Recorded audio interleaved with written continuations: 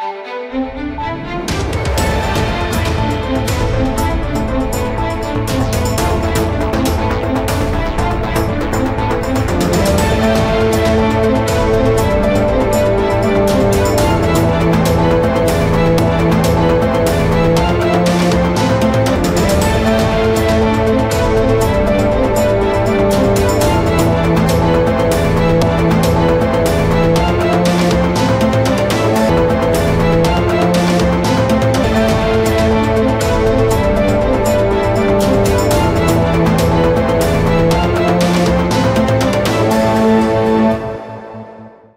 mode rétrospective, solo la plus Yamokola Lelo et Bandi sélection et Salamé Libino na Fiston Perrault.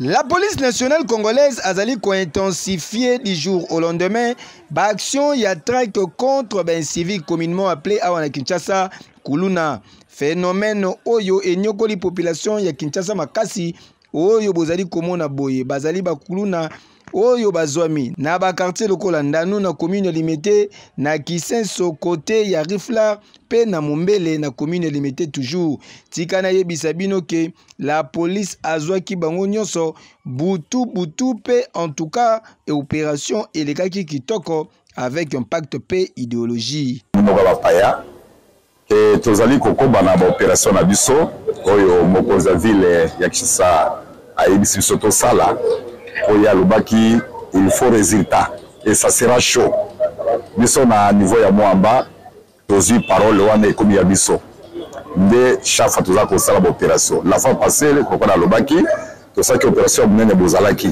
pe bolikisaki na bilili tozalaki na Kingabwa tozalaki na Lemba tozalaki na Ngaba tozalaki pe na Matete lelo tokobi même opération wana na quartier ezali autre oyo tosalaki la fois passée c'est-à-dire tosali na Kingabwa 2 côté ya Ndanu tosali na Kiseso 2 côté ya Rifla pe tosali pe na Limete côté ya Mombele domoni bato tokangi awa ezali bato tosalaki opération po ezalaki ciblé mais tokuti pe bango na bandeko bazali ciblé te.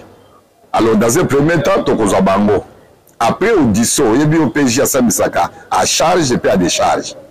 Après audition OPJ akotika baye basali mabete mais baoyo basali mabe bo ba déranger la population chaque fois nde bakosibi rigueur ya bibeko. Ah oui, yakosambeza te oyo nyonso ezali ko démontrer que la police nationale congolaise bazali déterminée pour na ko éradiquer phénomène oyo phénomène kuluna boyende ezalaka.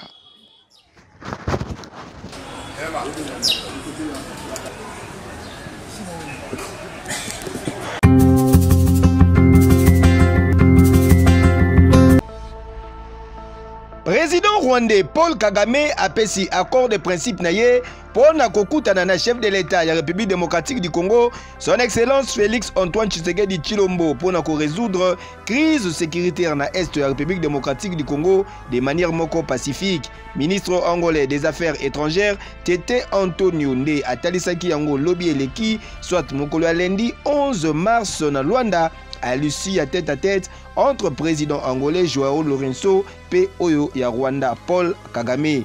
Lieu et date de rencontre annoncée entre les deux chefs d'État en conflit ouvert depuis résurgence. Il y a un mouvement rebelle M23 soutenu na Rwanda et cause à la déterminer na chef d'État angolais, médiateur désigné na Union africaine na crise entre République démocratique du Congo et Rwanda, ndenge patron ya diplomatie angolaise à Talissi. Et Sengeli Boye qui rencontre Oyo et s'inscrire na cadre ya poursuite ya effort ya médiation pour la kozongisa kimia pe réconciliation na région notamment na est ya République démocratique du Congo. Et Sengeli Boye bali Susuki Rwanda andimi principe Oyo déjà admis na partie congolaise selon lesquels ba délégation ministérielle bazali ko travailler avant ya atteindre étape Oyo. Pour un rappel, voyage ya Paul Kagame na Luanda et intervenir quelques semaines après Oyo effectué na son excellence Félix Antoine Tshisekedi Tshilombo na capitale angolaise esika wapi mokonzi ya mboka ya République démocratique du Congo atalisaki ki azali prêt pour na kokutana na Paul Kagame pour la discussion sur crise diplomatique entre les deux pays voisins et rébellion dans la République démocratique du Congo. Le président Tshisekedi accepte le principe d'une rencontre avec le président Paul Kagame du Rwanda et la République d'Angola en tant que médiateur ayant la responsabilité de donner le pas, de faire le pas suivant, donc les étapes suivantes pour pouvoir matérialiser cette rencontre. Vous comprenez que... Ah oui, Fachi Béton, toujours une longueur d'avance. Fachi Béton, diplomatie agissante en action. Dossier à suivre.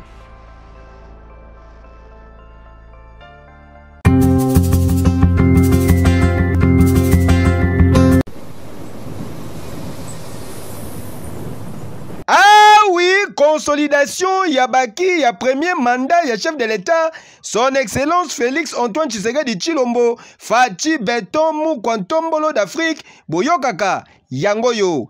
Awa tozali na province ya Lualaba, plus précisément na Kolwezi et Sika Wapi, bozali komona bijou ya boye, échanger routier ya monene na dimension ya mboka kitoko lokola République démocratique du Congo. Ndenge kaka bozali komona boye, architecture unique oyo na mboka ya Fachi Béton et commis déjà prêt pour la utilisation. En tout cas, tika na yebisa bino ke changer routier oyo ezali corelier banzela ebele pe kalate et kozala inauguré avec un pacte paix idéologie. Nous nous retrouvons ici au niveau de l'échangeur de Tunisie, qui est un grand ouvrage et qui a bénéficié de l'appui du chef de l'État avec la volonté de Madame le gouverneur Fifi Masuka. En tout cas, dans l'ensemble, nous sommes satisfaits, et moyennant quelques petites recommandations que nous avons formulées à l'entrepreneur, quitte à l'entrepreneur de mettre en application ces différentes recommandations, et en tout cas, l'ouvrage pourra maintenant être utilisé. Même d'emblée maintenant là, c'est un ouvrage qui est déjà disponible. On pourra toujours se référer à la volonté de l'autorité provinciale pour que nous puissions l'exploiter néanmoins pour un temps d'essai pour voir comment est-ce que ça va se comporter avant qu'on arrive à la réception définitive. Et Sengel Boyebaki, lancement ya travaux Oyo et Salamaka le 30 juin 2022. Donc, en moins de 2 ans, Ndoto et Lati Nzoto. Noko! Noko! Na Oyo pe! Oboyi! Ah, Noko! Ndima Fachi Béton. Eh, Kejo! Oui!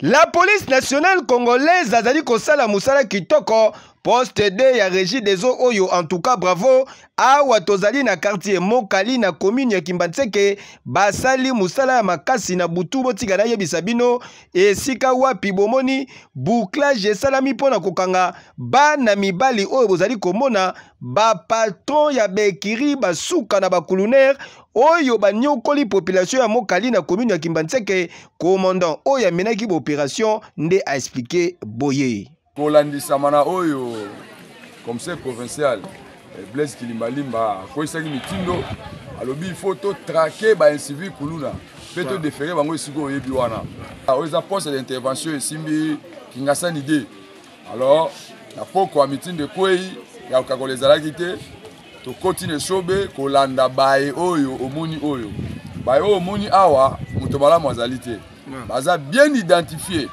pe bazali oyo basalaka mobulu mukolo na moko mbala mbala bazana ba ikiri na bango yebani lokola oyo Elvis comme on a proprement dit mais asinomma diabo oyo bon na auto déféré muninga na ebola fa bango babotola na butu longola ngai na venir ya sawana extorsion une association de malfaiteurs organisée bon oyo ndenge moko bango basala ekiki na babenga yango MPR, Mouvement Populaire de la Révolution.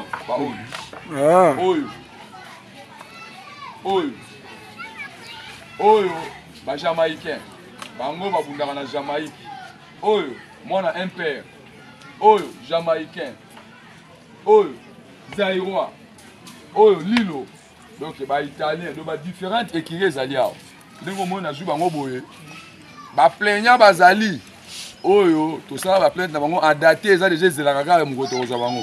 Alors les meeting de quoi commandant commissariat a renforcé un effectif. Voilà. Na bouté oyo nde omoni musalo et salami. Alors ngebe na maloba ya commissaire provincial to pesa e bato ya mabe les vrais inciviques. Ba vrais inciviques nde bango oyo ya ko bambata bakisate do bana ya mabe. Lokola Diabo. Diabo a autobeta même un major ya Leni, major Timothée. Abeti major de Nema A, major a Emma na miso. Ya seki major Zela Muke to ebelo oni to kosala. Lelo na poko akoyoka ke na zui Diabo. Le même Diabo a uti ko beta famille moko ya badodo miai. Pandi bango boutique na 10h. Abeti ndeko na ya infirme. Le même Diabo. La plainte ezali eza na bureau na ngaya. Alors, vraiment, nous sommes à la page ya kosala ngo bakonzi ba senga. Na population, commanda pe asengaki boye. Bon, vraiment, population et pesi biso confiance na musala to salali bango depuis 2022. Naza wati lelo to komi presque 2 ans. Vraiment, to yebi bango pe ba yebi biso. Voilà. Toza ko pesa bango message que baza na kimia. Et si nous sommes mbuma mabe zali esengeli ba dénoncer yango. Ba dénoncer ba mbuma mabe avec notre numéro téléphonique dans la mire. Si mbuma mabe zali ba dénoncer o mbuma mabe pour que police et ça musana yango. Police et ça musana yango de façon que kimia o bazo lukawana et ça les mapenza pe ba mona kimia wana donc la population esengeli ba plus de confiance. Ya ko battre la bango na biloko na bango. Ah oui, boende ezalaka ezali kolakisa ndenge nini la police ezali déterminée pour na kosilisa phénomène oyo. En tout cas trop c'est trop population ya ville province ya Kinshasa elembi kasi na ngambu ya population pe esengeli ko dénoncer kabakuluna oyo po tovandaka bandako moko na bango. Imaginez penza kuluna na kombo Diabo abeti major ya Leni. Est-ce qu'il est normal? Kokamo hein? Diabo a autobeta même un major ya Leni, major Timothée. Abeti major de Nema A, major a Emma na miso. Ya seki major Zela Muke to ebelo oni to kosala. Lelo na poko akoyoka ke na zui Diabo.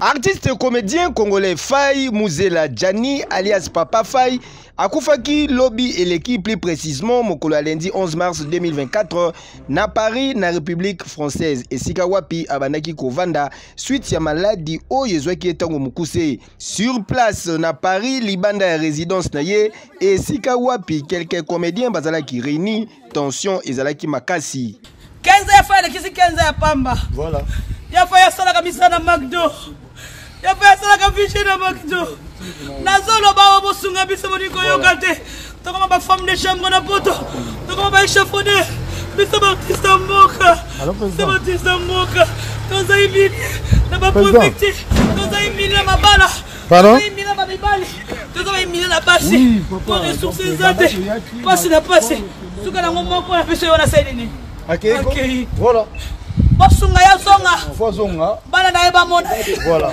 bajangali bakunda e famille na mama na yazali bana na mikolo bazali tozo senga papa faji mama Denise azali miliao boy norata ma norata ya Faye pardon de toutes les façons maboli mwanzambe na kati ya ndaku tokoki kaka ko constater tristesse.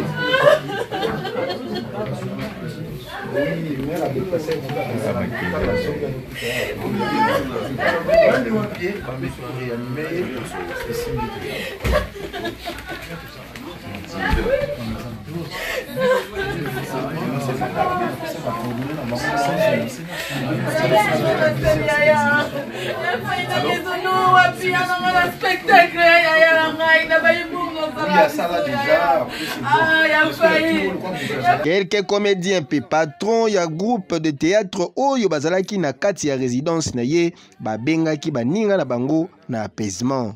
Boulevard Carnot na numéro 2 il y a avenue rue Boulevard Carnot na Alfortville on a mokolo ya mercredi oyo potomeka kosa comité oyo comité matanga plus star au pluriel na mokolo ya lundi tika te bacomédien nyonso bazala po tosala programme na libota biso leli kotambosa.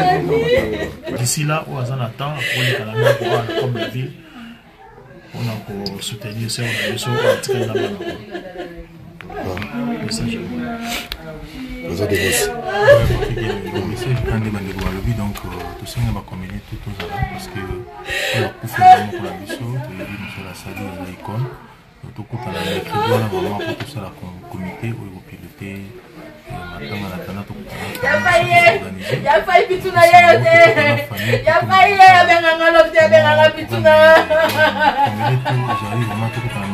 yalanga touti motika yaya naboka pota yokotika yaya nakaito ekoluka yaya yalanga tanganga te ozala pato komona ye ozala pato komona ye yatani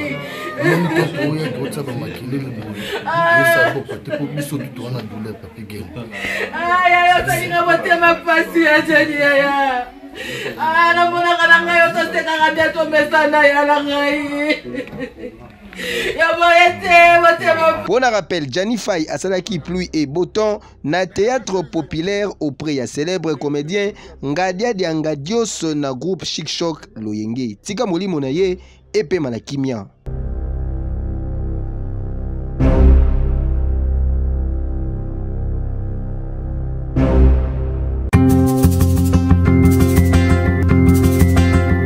Kinshasa 1, Lukunga.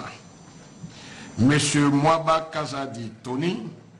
Cour constitutionnelle Arandaki Lobby et l'équipe plus précisément Mokolo mardi 12 mars 2024 arrêté naïe sur ba requête en contestation il y a ba résultat il y a ba élection il y a ba députés nationaux il y a le 20 décembre et l'équipe sur 1123 requêtes réceptionnées na haute cour 21 et c'est des estaki 525 affaires ezalaki déclarées irrécevables puis 43 ezalaki déclarées récevables fondé. Cependant, 400 affaires ezalaki recevables kasi non fondées. Madame Sangana Bilonda Clémence, Monsieur Ntambwe Mponchi Charmant Eliezer, Monsieur Bahati Basseme Emmanuel, Monsieur Kassanda Katwala Olivier, Monsieur Efambe Ekanga Dion. Circonscription électorale de Kinshasa 2, Funa. Monsieur Ieli Molangi Edi, Monsieur Amici Makutano Adolphe, Monsieur Kaziteriko Kenda Faustin, Monsieur Lukulasi Massamba Jean-Marie, Monsieur Dikala Majed Lubanzadio Géry, Monsieur Mouyaya Katemwe Patrick, Monsieur Lubanga Mwambi Taylor, Monsieur Osango Senga Lambert, Monsieur Mpoi Kadima Godet, Madame Karomon Kilala Pepito, Madame Vuanga Mukongo Christelle, Monsieur Titan Eden Kalonji Antoine, circonscription électorale de Kinshasa 3, Mont-Amba, Monsieur Kazadi Kankonde Peter, Monsieur Kabuya Chilumba Augustin, Monsieur Kibuka Kiakese Raphaël, Madame Bolumbe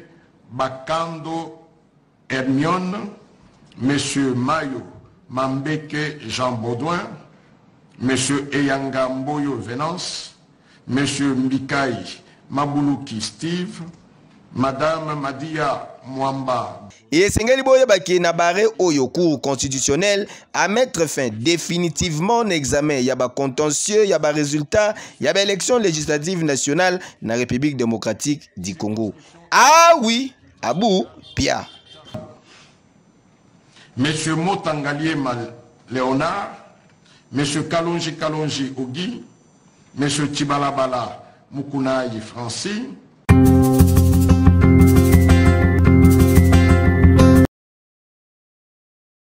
Na poko elobi l'équipe plus précisément poko ya mercredi 13 mars 2024 des chefs spirituels l'église Kimbanguiste Papa Simo Kimbangu Kiangani akitaki na cité ya Union africaine première visite officielle depuis ebandeli année 2024 p occasion pour na chef spirituel a présenté ba vive félicitations na ye na mokonzi ya mboka son excellence Félix Antoine Tshisekedi Tshilombo Fachi Beton Mukontombolo pour na réélection na ye na magistrature suprême.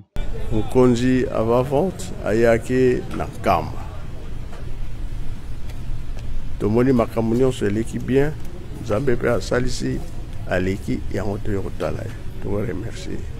Situation sécuritaire na Est de la République démocratique du Congo, pe ezalaki au centre ya masolo na bango, na yangonde chef spirituel l'église Kimbanguiste a recommandaki na ba fidèle Kimbanguiste basambela makasi pona mboka par rapport ya guerre injuste imposée na Rwanda. Toyaka na Kinshasa makambo belé. Tozope na bandimi mingi awa toyaka kotala bango et tolobaka tosambela makasi makambo ezokoleka na mokili na biso tozosepana nango te surtout na est bitumba oyo eza kuna toza na esengo likambo wana te po tobondela makasi nzambe ayokela biso makambo wana esila bazali awa bayeba ke likambo oyo président asali na Lingomba le 6 avril chômé payé likambo wana epesi lokumu mingi wana ezali nzambe soki asepeli biso tozwi mapamboli.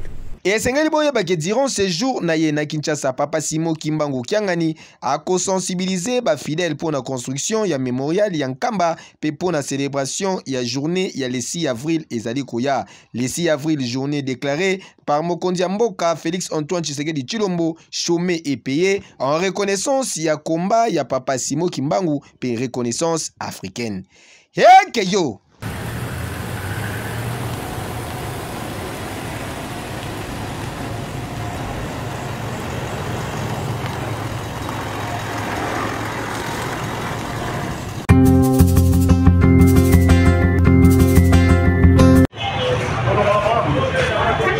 Na commune ya Kimbantseke plus précisément na Siat Kingasani 1 ya la police nationale congolaise esika wapi bakangi bana mibali oyo bozali komona bango bazali ba grand colonel bozana idete réunis au sein ya Ekiri Mayokapa ndenge kaka bozali komona bango boye bango nde ba Mayokapa oyo ba terrorisaka population ya Kimbantseke na ndenge ya kosakana te surtout ba côté oyo ya Pont Lukiana komeka te po awa maseke ezalaka te moko parmi ba victime ya Ekiri Mayokapa yeyo bakotelaki ye na ndaku boyoka lisolo ezali ba oyo baza ba miyibi baye kokotela nga na ndaku c'est la première seja kota ba soda major kote nga na ndaku bazunga yi téléphone Android bazunga yi na 180 000 francs na kati ya valisette batu bamonaki bango bazalaki nde babi kaka bango oyo babandaki baluka na sima wana bango misatu oyo nde natai na habite awa ndenge naza boye banani bakokotela nga na ndako ngonga oyo bali banga bongo pe babangi kutu te babangi te ke nga naza soda babangi te mbala moko na ndako na nga pe babani kofuye nga naza malade nautaki este awa nasai kutata mwana nute nayaki soin médico malade makasi ya kotambola eza te nde nazalaka na nga na ndako ya kopema na se ya kopema wana nde baye kokotela ngai baye kodétruire mwasi to azalaki te mwasi akendaki na coin koluka mwa savon batiki nga mobali na lai na ndako bayebele na moi to na butu kaka na moi na tongwa wa kaka na tongwa lelo kaka nde makambo esalami sake bazolala na matanga bamatanga oyo baza kuna kutu nga nde kutu mpona bana kokangisa bango lisusu po bazolaka ebele place oyo bameyibi bokomanda komanda oyo amenaki baopération mpo bakweya na bango mpe atalisaki boye oyo moni oyo kati oyo bazali miyibi miyibi bakuluna na Pont Lukiana Ekiri oyo kaka bayokapa to bana moko bayokaka te so bazio bakatio bazio babotolio donc ndenge bazalia yango moni leo na tongo ntango bakoteli ndeko na biso ya soda na ntongo babotoli bazwi mbongo bazwi batelefone nde tokite sur le terrain toke totie bango maboko nde bazali awa oyo ya moki omoni oyo suka Mobutu wala tikupe ya bleu oyo Mobutu do ye azali gouverneur do ye nde ville wana ya quartier ya Wenzambila wana ya Kingasani 1 ye nde gouverneur nango oyo wana aza disciplinaire autaka njili soki auti njili aye koopere na terrao nde yango moni wana oyo roi meme na butu kokotela bato na kati ya bandako atiki balabala komi kokotela bato na ndako oyo gouverneur ya bien innocent gouverneur soit obimi na quartier au na quartier ndenge yaki ya population de makasi baza quartier mona bango donc suka ya suka yango moni tolongoli bango na susi ya Wenzambila kotia bango maboko toyena bango na commissariat pour transférer bango ipekin bakoma auditorat mabeleza la kimia population na biso o baza na secteur na biso ya Kingasani 1 bapema kimia donc mbuma mabe tolingi te na quartier amandi te nini te tosala oyo bakonzi basengi biso. En tout cas, félicitations na musala kitoko ya la police nationale congolaise, en particulier ya Siat Kingasani 1 na commune ya Kimbantseke oyo basali musala na bango correctement po na kokoya na bana oyo bamayoka pa boyende ezalaka yeke yo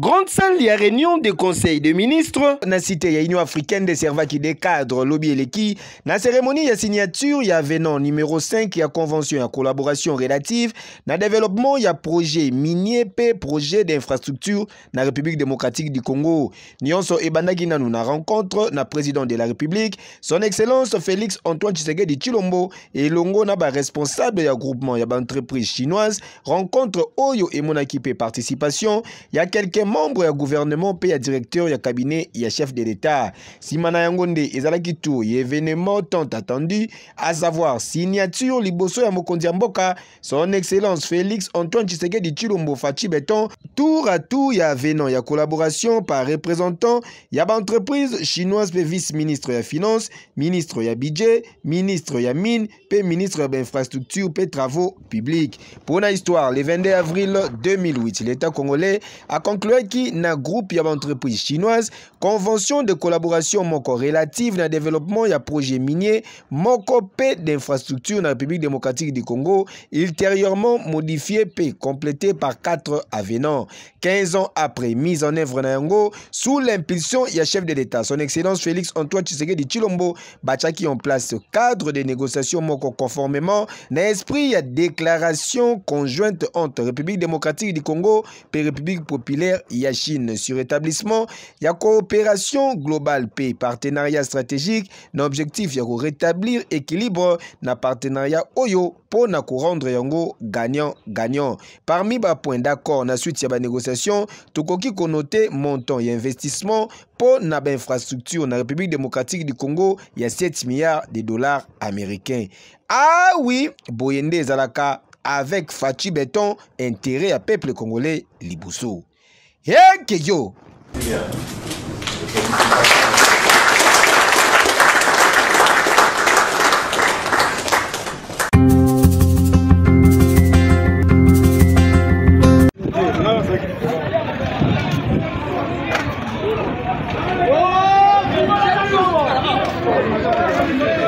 Panique ezalaki général na ba après-midi ya lobby eleki na boulevard Poids Lourd na commune ya Limete esika wapi affrontement ezalaki entre l'élément ya la police nationale congolaise ya unité ya groupe mobile d'intervention Alpha Gémi Alpha oyo bayebani mingi na kombo ya ba ujana pe ba militaire.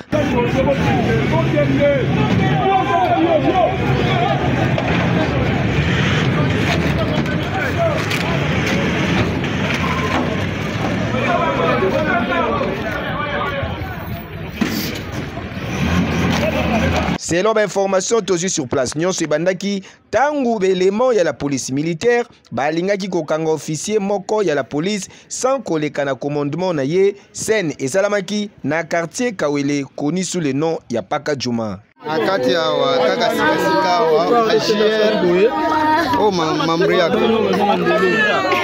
ndema beti na sababu biso de kuba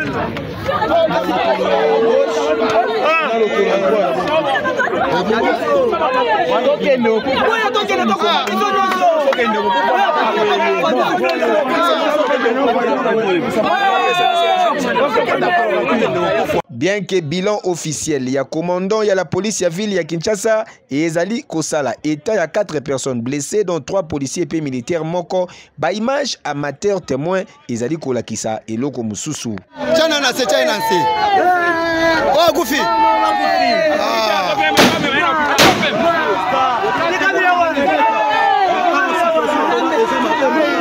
boye penza ata commandement moko ezate tozo kufaka boye tozo kufaka boye du côté gauche na droite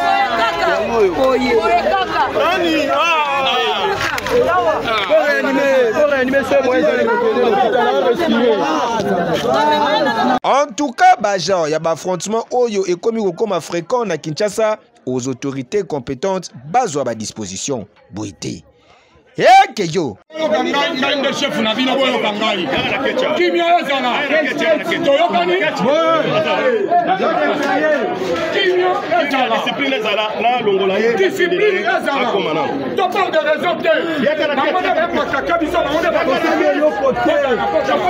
Nina wasila kateto komi na suka ya solo la plus ya mokolo lelo bo pesa merci na champion play Israël Mbuya zalaki na sima caméra assisté nani daba coupé Benilo la papa na 4B régie finale simamaki na misapi ya wolo ya ingénieur Yann Mike Mulamba bama tabakita baba lukala mabele fils Mani Boyka machine na préférable